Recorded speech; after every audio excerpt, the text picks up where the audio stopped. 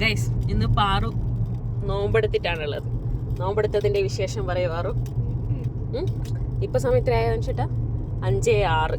ഇത്ര സമയം വരെയും പാറു ഒന്നും കഴിച്ചിട്ടില്ല. വായിൽ വരുന്ന ഉമിനീര് പോലും തുപ്പിക്കളഞ്ഞ് ഭയങ്കര ഡെഡിക്കേഷനിലാണ് നോമ്പെടുത്തോണ്ടിരിക്കുന്നത്. പാറു നോമ്പെടുത്തിനെ പറ്റി നരേഷൻ എന്തെങ്കിലും പറയാനുണ്ടോ? അവശയായി പാവം. അപ്പം നമ്മൾ നേരെ ലുലു മാളിലോട്ടേക്ക് പോവുകയാണ്.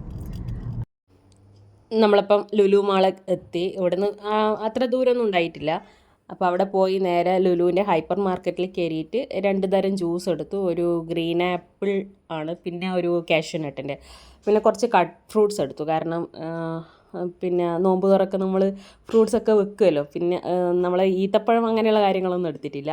പിന്നെ എടുത്തത് സ്നാക്സ് തന്നെ 1-2 ഐറ്റംസ് മാത്രമേ എടുത്തിട്ടുള്ളൂ. ഒക്കെ ഒരുപാടൊന്നും വേണ്ടാന്ന് പറഞ്ഞു. 2 ബനാന കട്ട്ലൈറ്റ് എടുത്തു, 2 പഴംപൊരി എടുത്തു, 2 സമൂസ എടുത്തു. എല്ലാം വെജാണ്. പിന്നെ മെയിനായിട്ട് പറഞ്ഞതെന്ന് വെച്ച് കഴിഞ്ഞാൽ പിസ്സ കഴിക്കണം എന്നാണ്. അപ്പോൾ ഒരു പിസ്സ വാങ്ങിച്ചു. പക്ഷേ അത് വായിൽ വെക്കാനൊന്നും കൊള്ളുന്നുണ്ടായിട്ടില്ല. പൈസ ആണെങ്കിൽ വലിയ പൈസയായി.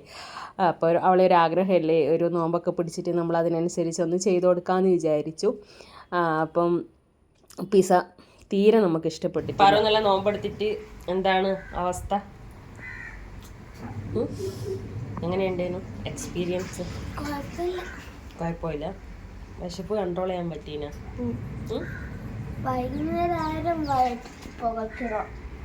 പുകച്ചിൽ വന്നിന വൈകുന്നേരം? വയറുന്നോ? ദാഹം തോന്നീന?